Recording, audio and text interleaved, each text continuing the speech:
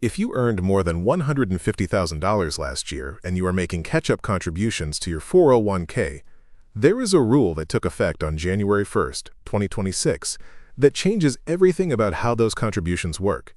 And most people earning above this threshold have absolutely no idea it happened. This is not a minor technical adjustment. This is a fundamental change to the tax treatment of your retirement savings that affects how much you pay in taxes right now, what you can contribute, and whether your employer's plan even allows you to keep making catch-up contributions at all. And if your employer's plan hasn't added a Roth 401k option yet, which is the case for many smaller company plans, you may not be able to make any catch-up contributions whatsoever until they do. So today I'm going to explain exactly what this new rule is, who it affects, what it means for your tax bill, what your employer is required to do, and most importantly, what you need to do right now to make sure you're not losing ground on your retirement savings. Let's start with the basics, because even though this rule is specifically about catch-up contributions, I want to make sure everyone understands what those are and why they matter. As we covered in a recent video, catch-up contributions are the additional amounts that workers age 50 and older can contribute to their 401k beyond the standard annual limit. For 2026, the standard 401k contribution limit is $23,500, and once you turn 50, you can add another $7,500 on top of that as a catch-up contribution. That brings the total potential contribution to $31,000 per year for most people 50 and older. And for the super catch-up age group of 60 to 63, the limit goes all the way to $34,750. For most of the history of 401k plans, these catch-up contributions could be made on a pre-tax basis, meaning the money came out of your paycheck before income tax was applied, reducing your taxable income today and deferring the tax until you withdraw the money in retirement. That pre-tax advantage was particularly valuable for high earners. Someone in the 32% federal bracket making a $7,500 catch-up contribution was effectively getting a $2,400 tax break in the current year. But starting January 1st, 2026, that option is gone for high earners, and Secure Act 2.0 is the reason why. Here is the new rule in plain language. If you earned more than $150,000 in wages from your employer in the prior calendar year, you are now required to make all of your catch-up contributions on a Roth after-tax basis. Not optional, not a choice, required. If you're above the $150,000 wage threshold, every dollar of your catch-up contribution must go into the Roth side of your 401k, where it is taxed before it goes in. Let me be precise about what counts toward that $150,000 threshold. It's wages from the employer whose plan you're contributing to, specifically from the prior year. So if you earned $160,000 in wages from your employer in 2025, your catch-up contributions to that employer's 401k plan are subject to the Roth mandate starting in 2026.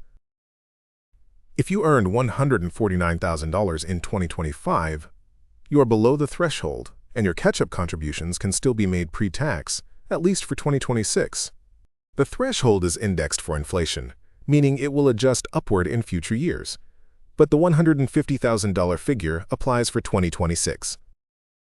Now let's talk about what this means in practical terms, because for high earners, this change has very real and immediate financial consequences. Under the old rules, a 55-year-old earning $200,000 could contribute $31,000 total to their 401k, all of it pre-tax, getting a substantial current year tax deduction. Under the new rules, that same person can still contribute $31,000 total, but the $7,500 catch-up portion must now go in as Roth after tax. That means $7,500 of their contribution no longer reduces their taxable income this year. It goes in after tax, just like a Roth IRA contribution. For someone in the 32% federal bracket, losing the tax deduction on $7,500 costs them $2,400 in additional federal taxes this year. Add state income taxes for a high earner in California, New York, or another high-tax state, and the additional current year tax cost of this rule change can easily exceed $3,000 per year. That is real money that comes out of your pocket every single year. You make catch-up contributions above the $150,000 threshold. Now here's where I need to give you the honest counterbalance, because this change is not purely negative, and understanding both sides helps you make better decisions. When your catch-up contributions go into a Roth 401k, they grow completely tax-free, and when you withdraw them in retirement, every dollar comes out without touching your tax bill. For a high earner who expects to still be in a high tax bracket in retirement, perhaps because of significant other income sources, large IRA balances generating big required minimum distributions, or other taxable retirement income, the Roth treatment of catch-up contributions may actually be the better long-term outcome. Paying tax now at 32% to avoid paying tax later at 32% is basically break-even, and if your tax rate in retirement turns out to be higher than expected, paying now at today's rate is a genuine win.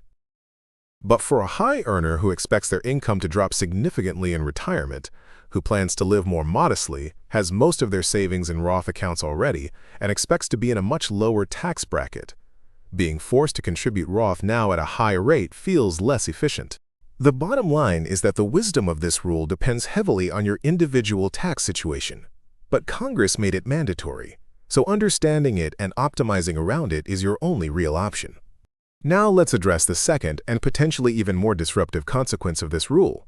What happens if your employer's plan doesn't offer a Roth 401k option? Here is the situation that is catching people completely off guard. The Secure Act 2.0 rule says catch-up contributions for high earners must be made as Roth. But if your employer's 401k plan doesn't have a Roth option, there is no place for those Roth catch-up contributions to go. And the result, if your plan doesn't offer a Roth option and you earn above $150,000, is that you simply cannot make catch-up contributions at all until your employer adds the Roth feature. Not smaller catch-up contributions, not pre-tax catch-up contributions, no catch-up contributions whatsoever. For a 55-year-old high earner counting on making $7,500 in catch-up contributions each year, suddenly losing that option is a serious setback to their retirement savings plan. So the first thing you need to do, today, not this week, today, is find out whether your employer's 401k plan currently offers a Roth contribution option. Log into your plan portal, call your HR department, or contact your plan administrator, and ask directly, does our plan currently offer Roth 401k contributions? If the answer is yes, you're set. You can make your catch-up contributions as Roth, and the new rule is satisfied. If the answer is no, you have a problem that requires escalation, and I'll explain exactly what to do in that situation. Now let's talk about the employer side of this, because the mandate creates significant obligations for employers, not just employees. Secure Act 2.0 requires that employers who want to allow catch-up contributions for their high-earning employees must offer a Roth 401k option in their plan.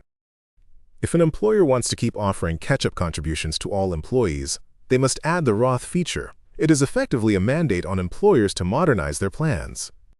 For large employers with sophisticated HR and benefits departments, this has largely been handled.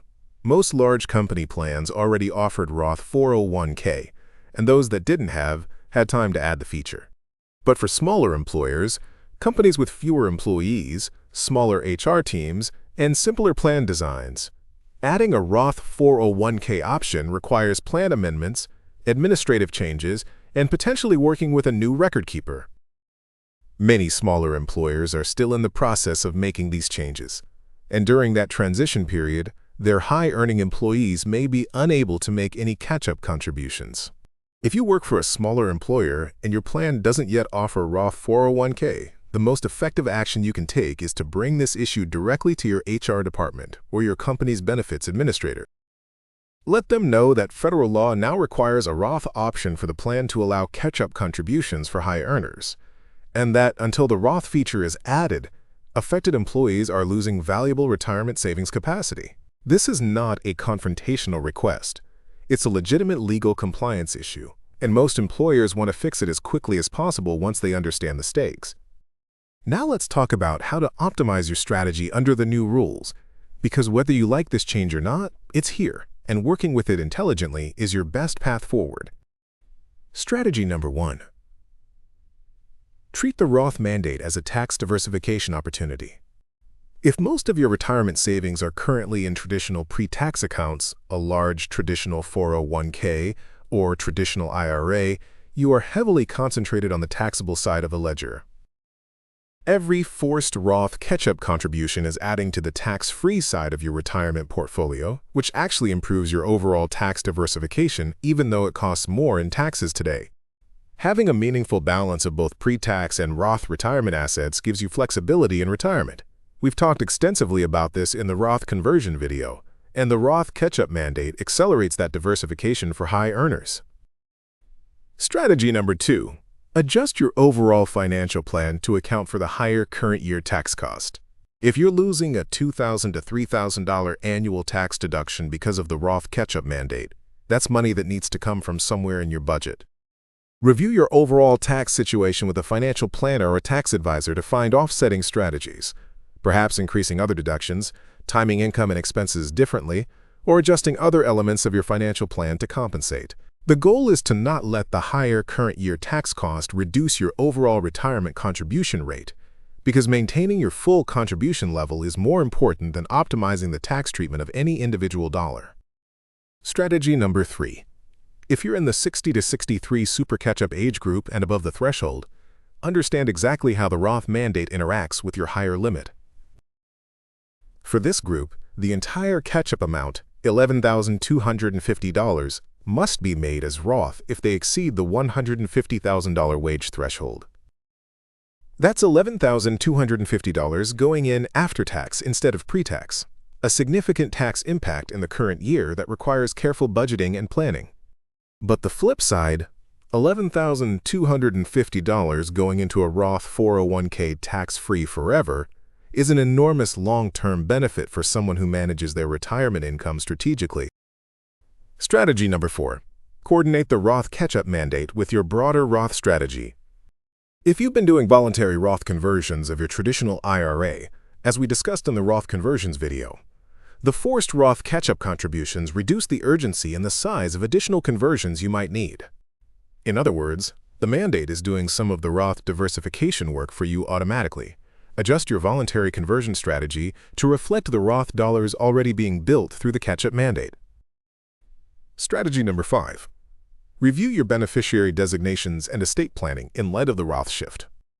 As we've discussed, Roth accounts pass to heirs tax-free.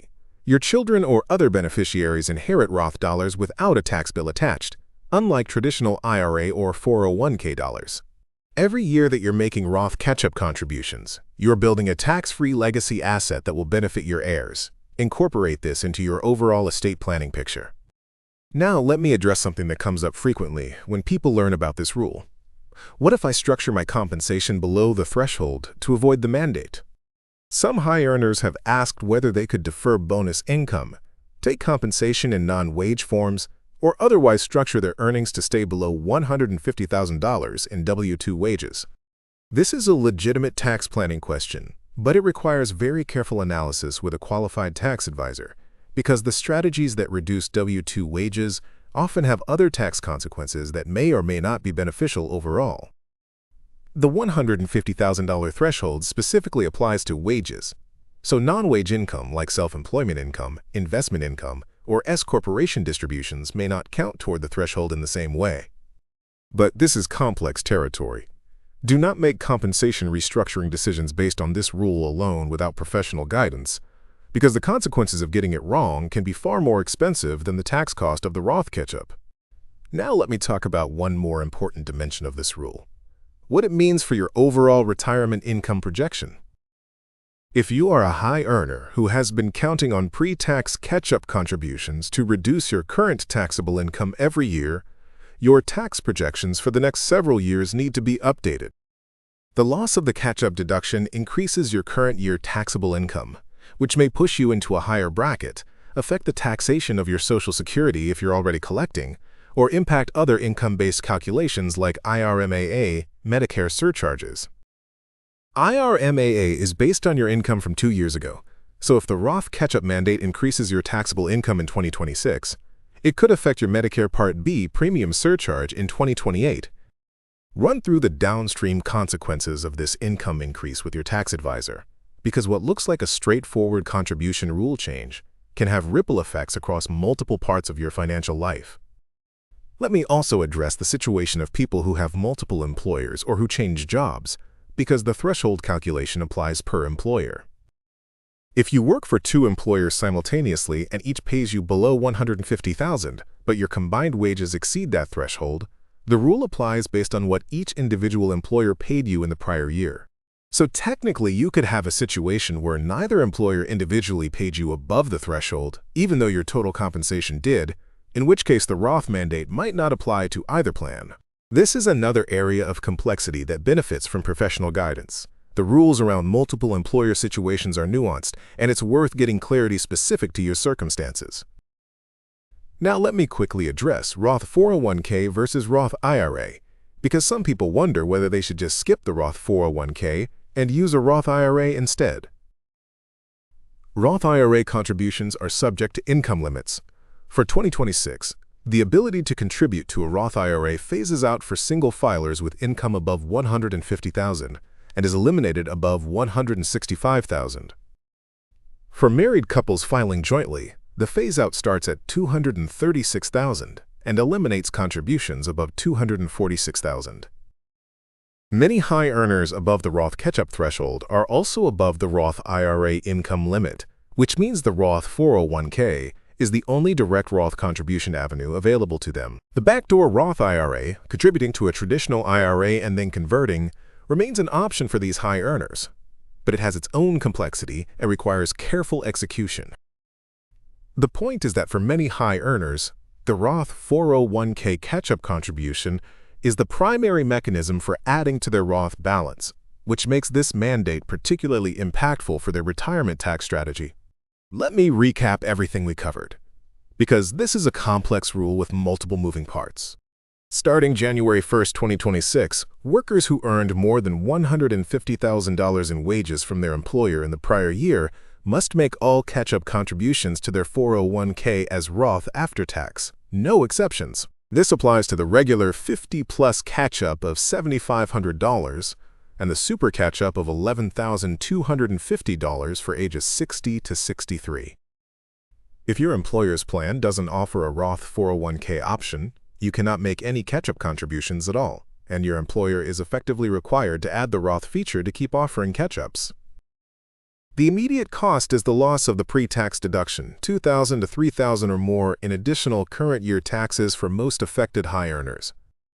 The long-term benefit is Roth dollars growing tax-free forever, tax-free withdrawals in retirement, and a tax-free legacy for your heirs, which may outweigh the current year cost depending on your specific situation. Downstream effects include potential IRMAA Medicare surcharge impacts, Social Security taxation changes, and bracket effects, all requiring careful analysis with a tax professional. Your action steps: check whether your plan offers Roth 401k today, escalate to HR if it doesn't, update your tax projections, adjust your Roth conversion strategy, and coordinate with your estate plan. This rule is already in effect. It took effect January 1, 2026, so if you're a high earner making catch-up contributions and you haven't addressed this yet, you need to act now. If this video helped you understand a rule change that could genuinely affect thousands of dollars of your retirement savings, hit subscribe and share this with any high earner you know who is 50 or older and contributing to a 401k. I'm Bob, this is Retired Not Broke, and I'll see you in the next one. Drop a comment below. Does your employer's plan already offer Roth 401k? And did you know about this mandate before today?